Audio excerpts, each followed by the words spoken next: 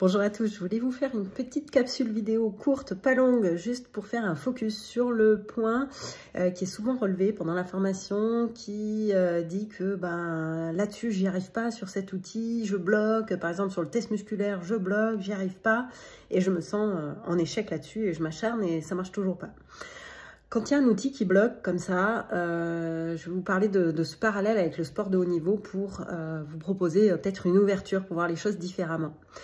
Si on prend le tennis par exemple, et que je suis joueuse de tennis, imaginons, et que je suis pourrie en revers, mais super bonne à la volée.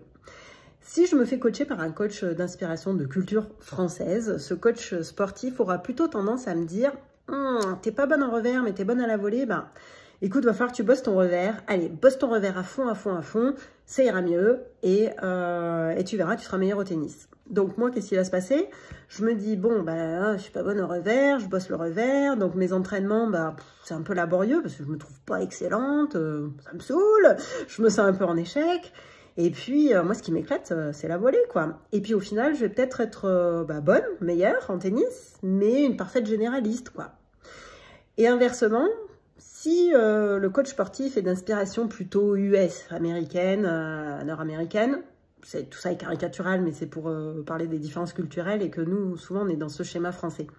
Mais ce coach US, il dit, attends, t'es pas bon en revers et t'es bon à la volée, oublie le revers, tu fais que de la volée, que de la volée, que de la volée, que de la volée.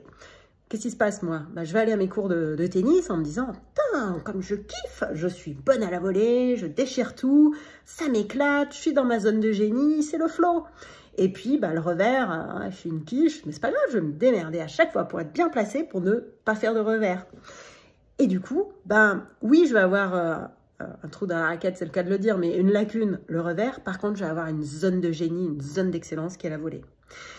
Et c'est ce que je vous invite à réfléchir pour votre programme intuition. Est-ce que vous voulez être un parfait généraliste qui maîtrise un peu tout bien ou est-ce que vous voulez avoir votre zone de génie, votre zone de talent sur un ou deux ou quelques outils qui vous sont chers et qui sont faciles pour vous?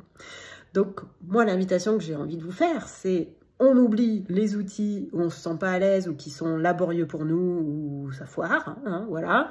Mais on se concentre sur ceux qui nous éclatent, qui sont faciles et qui nous encouragent, quoi. Et on reste dans une démarche plus positive. Voilà l'invitation. Bien sûr, vous faites comme vous le sentez. Vous écoutez votre intuition et ce qui semble être bon pour vous. Mais en tout cas, j'avais besoin de vous partager cette ouverture pour voir les choses peut-être différemment. Je vous embrasse, bonnes intuitions, à très bientôt.